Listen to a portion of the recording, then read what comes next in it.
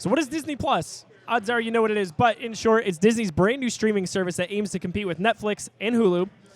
Hulu, by the way, now owned by Disney. Completely. Also. 100%. So it will feature past and exclusive new content from Pixar, Star Wars, Marvel, and, of course, Disney Studios.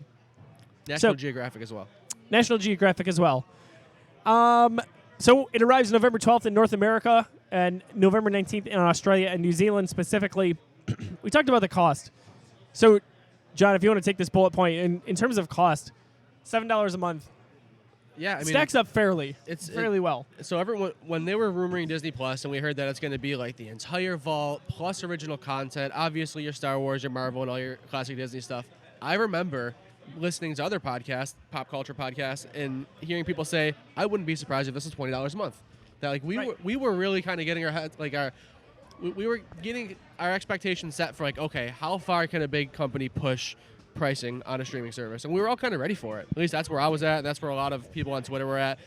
$7 a month is insane. I was guessing it would be no less than 15. 15. And yeah, because that's kind of other streaming services. They start at kind of like a lower rate, but yes, let's be honest, you're paying the $12, $13 a month versus $5 or $6. Exactly. So in premium kind of packaging here. For sure. I mean, it's not ad supported. It's $7 a month. It's not the lower version. You still get the how many screens can you have? You can have how many? Four screens at a time. Simultaneously 4. And that's 4K as well. I mean, so on my Netflix account, I have a 4K TV, so I have to pay $15 a month to be able to watch 4K. And I mean, half the population is paying what, $8, $9 a month for the regular version? Yeah. I have to have an upcharge just to get the better quality. Disney Plus isn't doing that. So I think that was their biggest bullet point when they were coming at this, was to undercut the competition, which is clearly Netflix. Come back. So I'm excited about it. I think that price is crazy. Let me ask you this. Obviously, everything's streaming nowadays. There's so many streaming services, not just like Netflix and Hulu, but even like specific channels are doing this now in CBS studios. All Access. Yeah. ESPN has their ESPN Now or whatever. Does this eliminate any streaming from your life, or like what's the thought here on budgeting?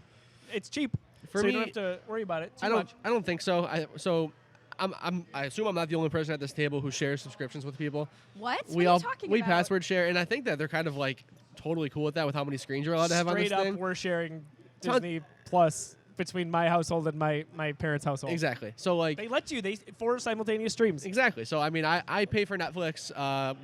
My fiance's sister pays for Hulu and HBO. So we all have like our own things. I only really pay for one subscription anyway. So Disney Plus, definitely adding it on, not cutting anything else out. Not now at least. Yeah, and like we don't have cable or satellite at my house. We have Netflix, we have Hulu, and that's what we watch. So it's kind of like, well, we're not paying $90 a month for, TV, so this is also kind of within the budget. And like if you are a Disney person, you've had multiple chances to get a cheaper price. If you're a member of D23, the fan club, and I don't know if it was just if you were a fan or part of the fan club or if you were at D23 Expo this year, but you could have signed up and you were given the chance to be a founding member. I did that, and yeah. I was Did not. you? So you were not at D23. It was one of those kind of like life hack articles, and long story short, if you paid for 3 years, there was a significant discount. It was 1 year free. It was 33% off. You got 1 year free. So you basically and again, I split it with my sister. Less than $4 a month is what you're... And I know I'm going to have it, especially with nothing else other than the Star Wars and Marvel content. Because let's face it, that's what I like. So Sam, I didn't see this bullet point, but this is a pretty big story. If you have Verizon Wireless and you have an unlimited data plan, you have a year free. Yep. Verizon customers, if you either have an unlimited data plan currently or you are switching to Verizon Fios Home within like this short window, you get a year of Disney Plus free. That's nuts. Yeah, they're hooking people early. So here. I don't even have to pay for it for a year. Back to that pricing. I have Verizon. I'm not going to pay for it for a year. I've read definitive people have asked on the forums and the subreddits, does that free year if you have Verizon stack with your deal? It does. So if you have Verizon, you have 4 years for the price of 2.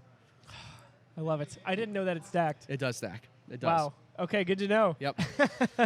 Crazy. I just heard about that this past week with Verizon, and I thought that was amazing because a lot of people either have the phone service, unlimited, or they have the Fios if it's available in your area. It's a huge partnership. I mean, I can't think of another streaming service that has done something like that, and especially at launch. Like such this is attractive a brand new content product. too. For a number of reasons, there's something for everybody. I feel like, and I'm kind of the same as Amanda. Like, since Lauren and I have been married, we have not had cable, anything like that. We've never found a reason to.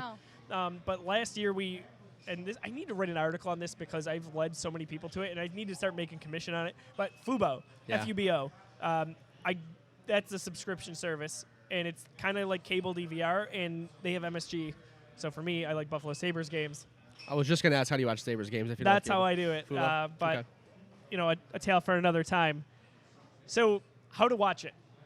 Really no shortage of options. Eventually, it's going to come to just about everything. But off the bat, confirmed devices are Roku boxes, sticks, and TVs.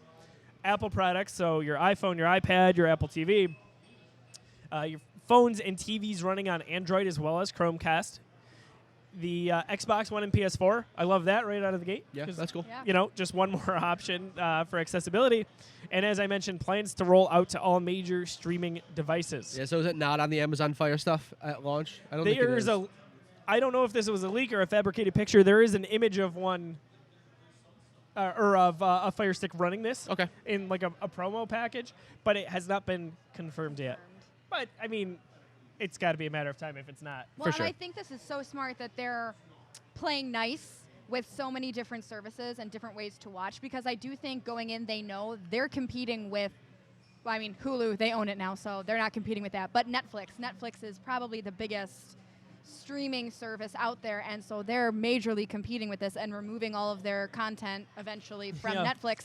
So if you want people to buy into what you're selling, and convince them that not only do they need this, but it'll work nicely with everything you already have. It's very smart on their part. They are in the business of making money, and they're very good at it. They are.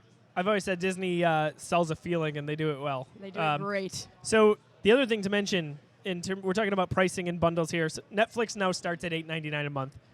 Still a great value. As time goes on, we'll see what that looks like. But as long as they are pumping out IPs such as Stranger Things, for example, things of that nature, Netflix isn't going anywhere. Apple TV Plus, which I feel like is a little bit relative light on content, but I don't know enough about it, is $5 a month. See, I think Apple TV Plus is a very different approach to this. From what I know about Apple TV Plus, they are not offering a back catalog of things that already exist. They are pitching this as, this is just original content. Apple TV Plus, they've gotten people like Steven Spielberg, they've got like big ticket actors like Jennifer Aniston, Steve Carell. They're really trying to pump like the most quality they possibly can into a streaming service. Every trailer, Jason Momoa's in that one called C. So they're getting like Hollywood A-list actors. They're getting incredible directors, and they are just producing original content. They're not aiming to be your cable replacement. They're aiming to be like an awesome avenue of good content. The other thing I wanted to mention that just real quick when we're talking about competitors, Hulu's not kind of a competitor anymore because Disney owns them. You can get Disney Plus, Hulu Plus, and ESPN Plus, $13 a month bundled. Oh wow, I didn't know that Hulu was. That's what my husband and I have been waiting for, because that's cool. He's the sports guy, so he's like, well, if we get ESPN and we already have Hulu, and then you get Disney Plus, so we've been sitting on actually purchasing it, even though we've had Disney Visa cardholder offers and the D23 offer. We haven't done it. We're hoping for something good to come along. The only thing that is a little bit of a bummer about that is that you can't get the ad-free version of Hulu if you do that. You have to get the ad version. There's no way to like subsidize it and like pay a little bit more to get. So that's a little bit of a bummer, but still a great deal. I hear you Get there. some ads.